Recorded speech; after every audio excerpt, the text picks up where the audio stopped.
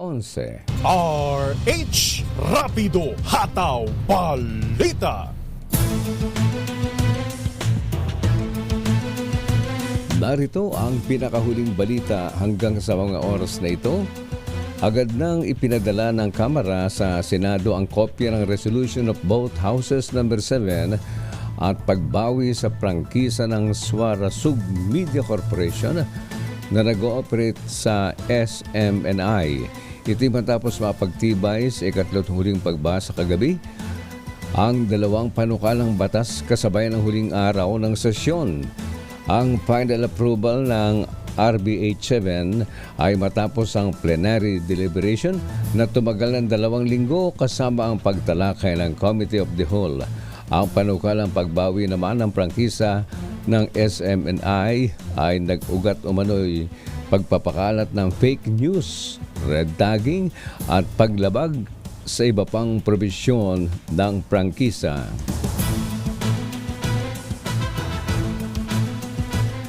Nakahanda na ang gagamiting kulungan ng Senado para kay Pastor Apollo Kibuloy kung sakaling ito ay maaresto. Kinumpirma ito ni retired Lieutenant General Roberto Ancan ng Office of the Sergeant at Arms ng Senado. Iti kasunod na ipinalabas na warrant of arrest kay Kibuloy matapos mabigong humarap sa hearing ng Senate Committee on Women and Children's ni Senator Risa Hontiveros. Sinabi ni Ancan na sila ay makikipag-ugnayan sa PNP para may silbi ang warrant of arrest kay Kibuloy na pinaniniwalaang nasa area lang ng Davao. Kung sakali at siya ay maaresto, ang mga papayagan lamang na bumisita sa kanya ay tanging mga abogado at immediate family members. Mula sa DZRH News Center, ako naman, Andy Verde, tuloy-tuloy sa pagbabalita, tuloy-tuloy sa serbisyo, sama-sama tayo, Pilipino.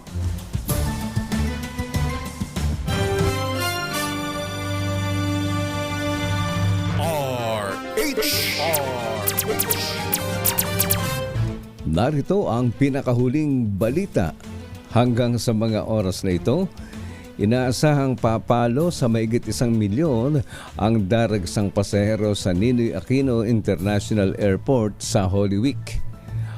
Ayon sa Manila International Airport Authority, kaugnay nito, kasado na ang kanilang off-land biyaheng Ayos Semana Santa 2024 simula sa March 24 hanggang March 31.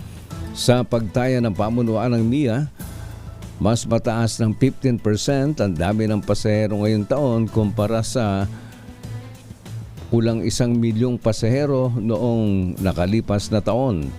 Tiniyak naman ni MIA General Manager Eric Ines na handa ang paliparan at may sapat naman power equipment, iba pang key facilities kabilang na ang critical airport utilities at backup systems. May hawak ng 3 hanggang 4 na pangalan ang mga Police General, si Department of Interior and Local Government Secretary Benhar Abalos na posibleng pumalit kay PNP Chief General Benjamin Acorda Jr. Ayon kay Secretary Abalos, ang nasabing shortlist ay ilalatag niya kay Pangulong Ferdinand Bongbong Marcos Jr. sa sandaling mag-usap sila ng Presidente. Ito'y kasunod ng nakatakdang pagtatapos ng extended term ni General Acorda sa darating na March 31. Sabi ng kalihim, mahalaga ang output base o resulta ng mga naging performance para maging basihan kung sino ang susunod na hepe ng PNP.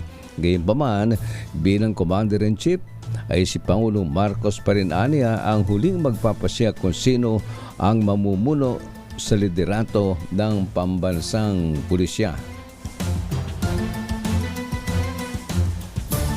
Mula sa DZRH News Center, ako naman, Andy Verde. Tuloy-tuloy sa pagbabalita, tuloy-tuloy sa serbisyo, sama-sama tayo, Pilipino.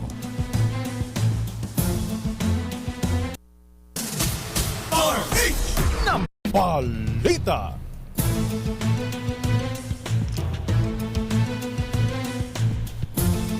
Narito ang pinakahuling balita hanggang sa mga oras na ito.